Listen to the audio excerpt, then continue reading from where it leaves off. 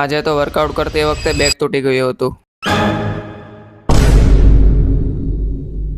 નમસ્તે દોસ્તો, આજે છે આપણા બલ્કનો ડે 27 અને આજે આપણે ટ્રેન કરવાના છીએ બાયસેપ્સ પ્લસ ફોરઆર્મ્સ. સવારે આવી ગયા હતા કોલેજમાં કામ પતાવીને આપણે નીકળી ગયા હતા રિટર્ન ઘરે જવા માટે. This G-Wagon cost about 3 to 4 crores. કોલેજથી રિટર્ન જતી વખતે આપણે આવ્યા હતા ભાઈબંધ સાથે નાસ્તો કરવા માટે. બપોરે બેંકમાં થોડું કામ હતું માટે આપણે બેંકમાં આવી ગયા હતા. 99% લોકો ફોરઆર્મ્સને ઇગ્નોર કરે છે અને એ જ તેમની બિગેસ્ટ વીકનેસ છે. જો તમે હોમ વર્કઆઉટ કરો છો પણ તમારી ગ્રીપ વીક છે તો સમજી જાજો તમે ફોરઆર્મ્સને ટ્રેન નથી કરતા. ચાલો આપણે થોડાક ફોરઆર્મ્સને ટ્રેન કરવાના ફાયદા જાણી લઈએ. પહેલો ફાયદો, આયરન ગ્રીપ સ્ટ્રેન્થ.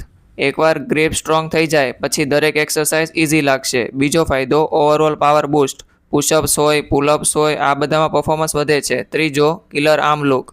ફોરઆર્મ સ્ટ્રોંગ હશે તો સ્લીવ્સમાંથી પાવર દેખાશે. ચોથું, રિયલ લાઈફ સ્ટ્રેન્થ. ઘરની ભારે વસ્તુ હોય કે ડેલી કામ બધું ઇઝી બની જાય છે. અને last, injury protection. Strong forearms is equal to strong wrist is equal to less pain. તો યાદ રાખજો, બાયસેપ્સ શો માટે છે પણ ફોરઆર્મ્સ રિયલ સ્ટ્રેન્થ બતાવે છે.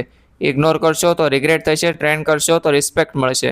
આફ્ટર વર્કઆઉટ આપણા ફોરઆર્મ્સની કન્ડિશન કંઈક આ રીતે હતી અને આપણું બાયસેપ પમ્પ કંઈક આ રીતે હતું. હોમ વર્કઆઉટ માટે કંઈકનું કંઈક નવીન જાણવા માટે અત્યારે મને ફોલો કરી દેજો અને હા, it's time to dog in tomorrow.